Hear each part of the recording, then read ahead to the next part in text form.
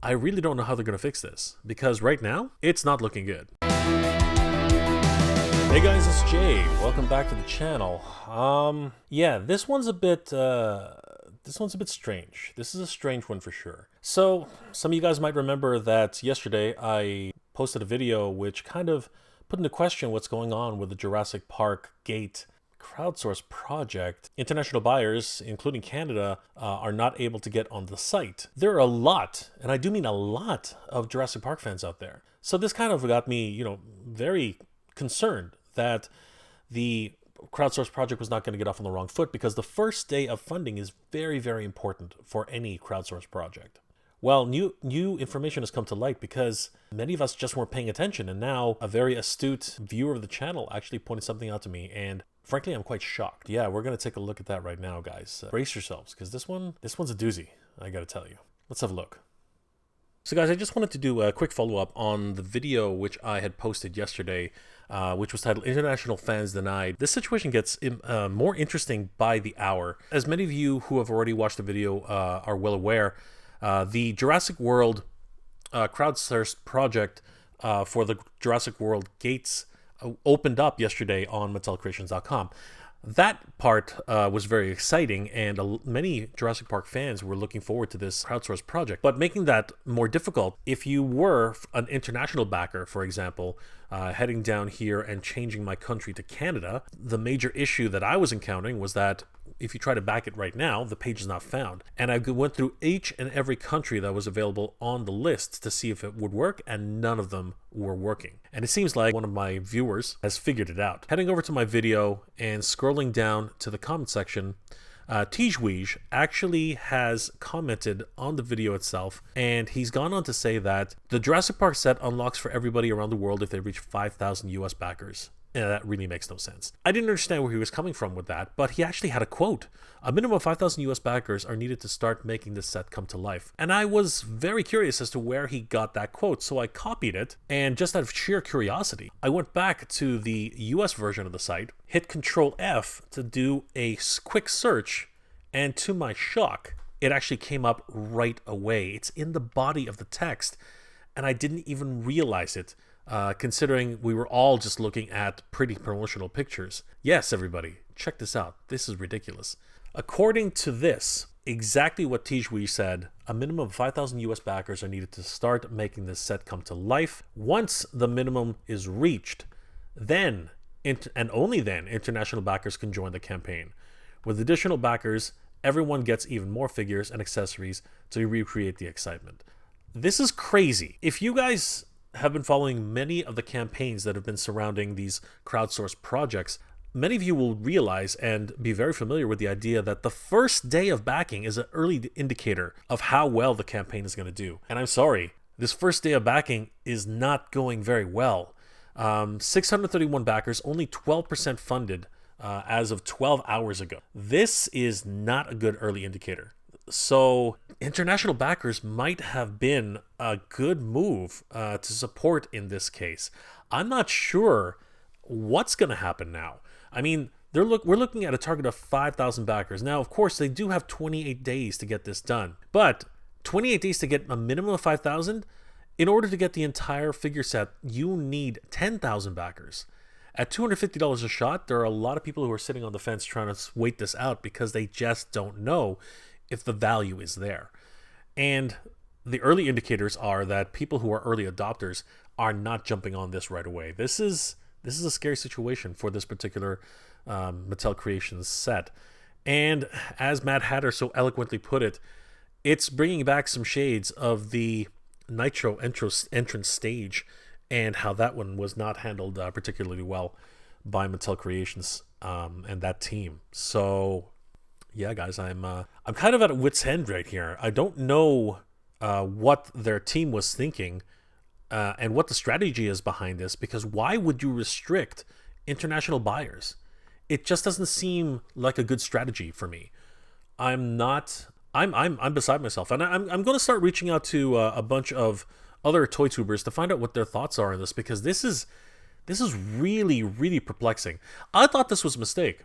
I thought that somebody at Mattel had not, or somebody at Shopify had set that had put the settings in properly, and that this was going to be rectified by tomorrow. This is not going to be rectified by tomorrow. This is a problem. This is a major issue, and now we know why. And that, my friends, is a major problem. And I really don't know how they're going to fix this, because right now, it's not looking good. It's really, really not looking good. I really don't know what to think here. I've never heard of anything like this happening before. In terms of like crowdsourced projects, I know that Mattel has had certain issues, getting products to overseas, as well as here, even in North America and South America. I know that there have been, ongoing issues with shipping across the world, and I'm wondering now if the cost of shipping has really become something of a concern for Mattel. Having said that, though, I just don't understand their strategy with this. One of the biggest problems with crowdfunding is that you have a very niche audience that you're catering towards. And if you don't capture their attention quickly and utilize all of your fan base to get that project funded, you're at a disadvantage. 5,000 backers doesn't sound like a lot, but it is. It's a huge amount when you're talking about a project which needs 10,000 backers to get everything funded. Now, you're always going to get people who are saying, no, it shouldn't be about the extras. That's not what the project should be about. It should just be about the gate, the Jeep, and if you're fast enough, the signage. That's what a lot of people subscribe to. And you know what? I don't blame them. It makes a lot of sense. That's actually what you should be doing. But is that worth $250? Geek Dad Life and Matt Hatter have both gone on record saying that it just falls short. And you know what? I tend to agree with them. I believe that is a little bit of a disingenuous offer, considering that the Jeep is actually something many people already own. And if it's just the 01 badging on the back of the license plate, that really kind of is disappointing on that level. But now, coupled with the fact that international buyers cannot participate until the minimum funding from the U.S. Backers is met, there's a lot to unpack there. I mean, on one hand, you're relying on an entire the entirety of the U.S. fan base to support this project. There was very little advertising on this, so a lot of people just don't even know that this project existed. If it wasn't for toy tubers out there who were actually making people aware of this, as well as websites and I guess magazines, the ones that do actually run for this particular type of project and report on it, if it wasn't for them bringing out the word to people who are interested in this, I'm not sure a lot of people knew about this. I mean, like many of us, including Mad Hatter, was only made aware of it the day of the project funding. So, there's a lot of us who are just left in the dark on this. And for those international buyers who were excited about the project and wanted to help push the project forward on day one, we've been denied. I mean, the reason I realized it was because I tried. I tried to actually back the project on day one, and I was denied. And I thought, like many people, I did a live stream with Skelevator just before posting my video, and we were both kind of like, all of us, me, Oz, Skelevator, we were all sitting there like, what's going on? This doesn't make any sense. And we figured, okay, it's just got to be a mistake. This can't be, intentional. There's no way. They wouldn't deprive themselves of that opportunity, leaving money on the table like that. They wouldn't do that. It just doesn't make any sense at all. And now, thanks to Tijouige, I find out that it was actually planned from the beginning. They are actually denying international backers from backing this project, which just floors me. I don't know what to think now. That's crazy. I mean, you have so many fans of Jurassic Park, Jurassic World, who want something like this, and you need every single backer to make that count. And you literally are just leaving money on the table prior to 5,000 backers in the US. And there's just that, idea of leaving out your fan base. I mean, people have supported the Mattel brand and the Jurassic Park brand for so long, and now you're literally telling them that they can't participate until the US fans step up. There's a lot to unpack there, and I'm not sure I'm ready to actually tackle that on my own. I'm going to be doing a live stream on this because I really think that this is a bigger scenario than a lot of us are looking at. I think that there's a big problem happening here, and yeah, there's something else going on. Something's happening, and I don't know if it's just shipping. I don't know if it's the cost of manufacturing. I don't know what's happening, but there is something else going on, and I really want to talk about this, guys. So when I do a live stream, you guys will be the first to know, and I really am looking to get opinions from everybody, because this is something like I've never seen before.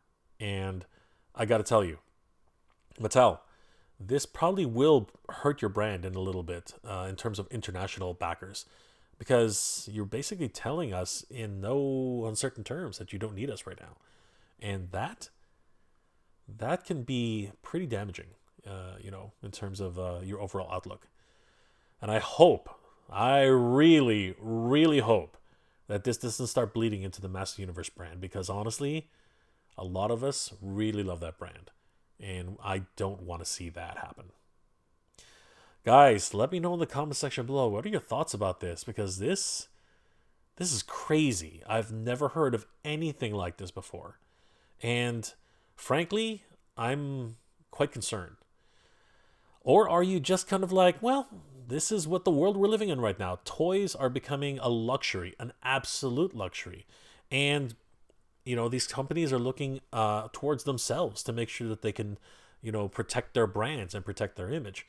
And they need their, homegrown fans to actually step up and make sure that they will get this project over the finish line. And then, and only then, can the international fans join in to help out with the cause. Guys, I'm not going to ask you to like this episode. It's really weird. It's really a strange place. I mean, I'm not in on this. This is just really, really strange, and I really don't know what to think. But please do leave comments in the comment section below. And yeah, guys, as always, I want to thank my Patreon and channel member supporters who help me, and of course, this channel to keep going. Their support means the world to me, guys, and I want to thank them very, very much. You guys are the best, and I really, really do appreciate it.